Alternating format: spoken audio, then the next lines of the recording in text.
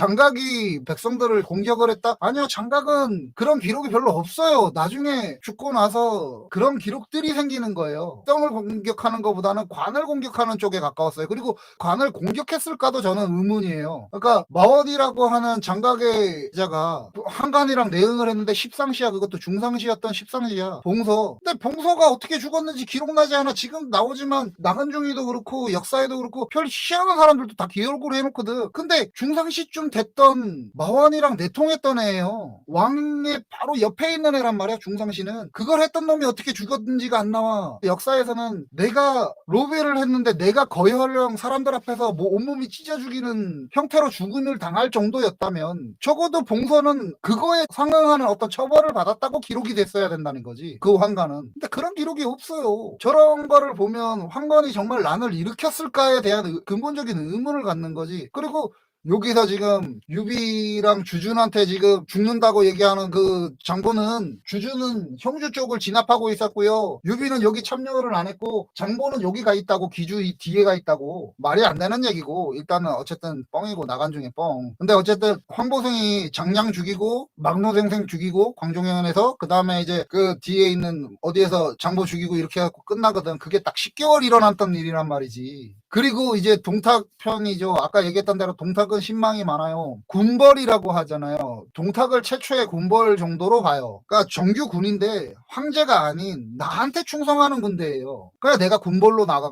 수 있는 거예요. 동탁은 그걸 했어요. 그러면은 한번 보자고. 정말 걔가 그럼 밉상이기만 했을까? 좀 싫어했을까? 아니겠죠. 나한테 충성하는 부하가 있어야 되는데 내가 어떻게 그렇게 할 수 있겠어. 그랬다면 그 정도의 기반을 못 만들었겠지. 최초의 군벌이에요. 삼국지에서는 적어도. 그리고 기록상으로 최초의 군벌에 가깝다라고 얘기들을 해요. 그러니까 그런 군벌이 됐던 동탁이 과연 그냥 허접한 인간이었을까? 그건 아니었겠죠. 동탁에 대해서 저는 좋게 평가해 줄 생각이 단 하나도 없어요. 이유는 계속 얘기 드리지만 동탁은 사람을 많이 죽였어요. 그 악행이 되게 많아요. 그것도 민간에 대한 악행이. 그러니까 동탁을 좋게 보고 싶은 생각이 전혀 없어요. 하지만 동탁은 최초의 군벌이 될 만한 자였어요. 아까 봤잖아. 막 강족 그 온다고 자기 밥 깔던 소 잡아서 잔치 벌려서 대접을 해줘서 그랬더니 1,200마리의 가축을 보내왔다며.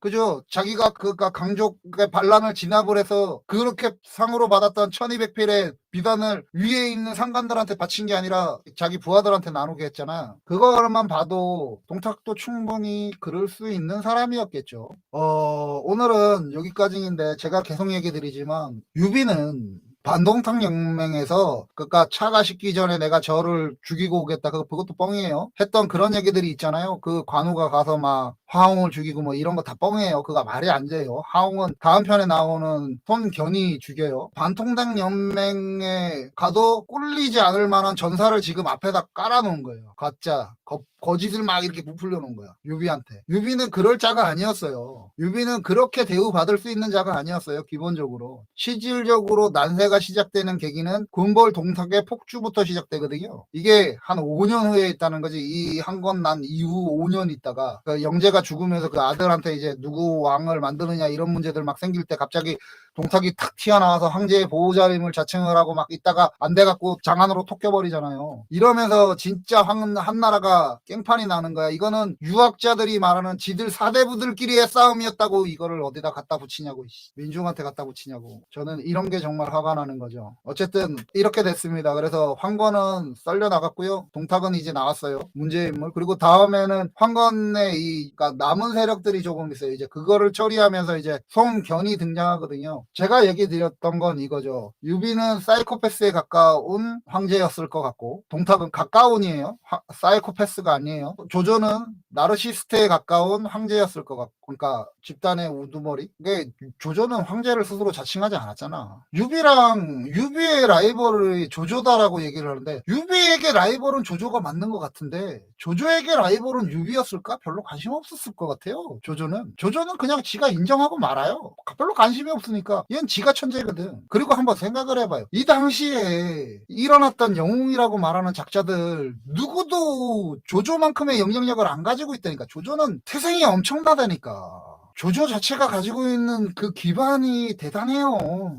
엄청난 기반이야. 할아버지가 황관으로서 저거잖아요. 그리고 아버지가 오직 했으면 자리 하나 차지하는데 시중가의 10배를 낼 수 있는 재력을 만들겠어. 그러니까 조조는 자기 외에는 별로 관심이 없었던 자가 같아요. 얘는 그래서 제가 나르시스트에 가까운이라고 하는 표현을 쓰는 거예요. 손익은 소시오패스에 가까워요. 송건은 나중에 가면서 나라를 많이 망치거든. 걔는 계속 배웠던 대로 간 거야. 그냥 뭔가 하나 없으면서 이 감정이. 그리고 유비는 얘기했던 대로 툭 하면 지가 먼저 살라고 도망가. 아까도 나왔잖아요. 유비의 오리지널 캐릭터는 도망가는 거라니까. 위험을 감지하는 능력. 근데 저는 개인적으로 만약에 현대인들이 누군가를 배울 수 있다라고 하면 저는 조조나 송건보다는 조조나 송건은 배울 수가 없어 현대인들이. 왜 그러냐면 조조는 엄청난 역량을 가졌고 엄청난 천재였어요.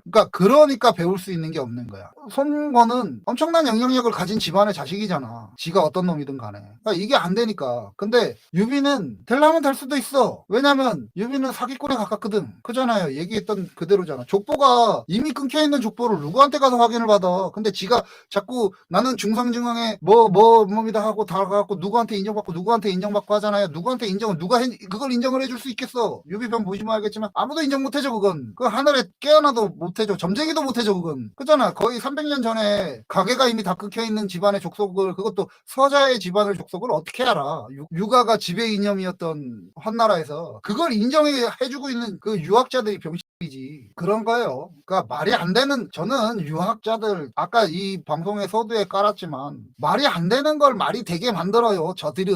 그러니까 동북공정을 지들이 막 하고 있어. 중국 애들. 그러니까 지네들이 급해서 해. 소수민족의 역사라도 자기들이 편입을 하겠다는 거야. 근데 우리는 그러면 우리가 스스로 했던 동북공정은 그건 어떻게 할 건데? 제가 지금 삼국지를 하는 이유가 그것 때문이에요. 우리가 했던 거. 우리는 유교를 학문으로서 받아들였으면 다행인데 이걸 정치 이념으로 받아버렸거든. 그러다 보니까 명나라에서 이어지는 저 한족의 문화를 우리 문화인 것처럼 받아들여 버렸어요. 이게 삼국지를 가지고 제가 해석하려고 하는 이 현대의 시점이에요. 유비는 우리가 배울 수 있는 게 있다고 생각해요. 유비한테서 배워야 되는 건 이거죠. 젊은 세대들이나 우리한테 권위에 인정하지 않고 강함에 인정하지 않는 거. 불굴이라는 거죠. 그걸. 유비는 그게 있었어요. 그냥 단지 그게 있었어요. 근데 사이코패스 같아. 근데 어떤 면에서 보면 자기가 최고야. 그거는 좀 안 배웠으면 좋겠는데 뭐 그 정도 자부심이 있으니까 그랬을 줄 모르겠지만 아무튼 오늘 방송은 여기까지입니다. 제가 요즘에 고민이 좀 많이 돼요. 삼국지를 이 방향으로 하는 게 맞는지 틀리는지에 대해서 고민을 지금 좀 하고 있어요. 근데 이런 것 같아요.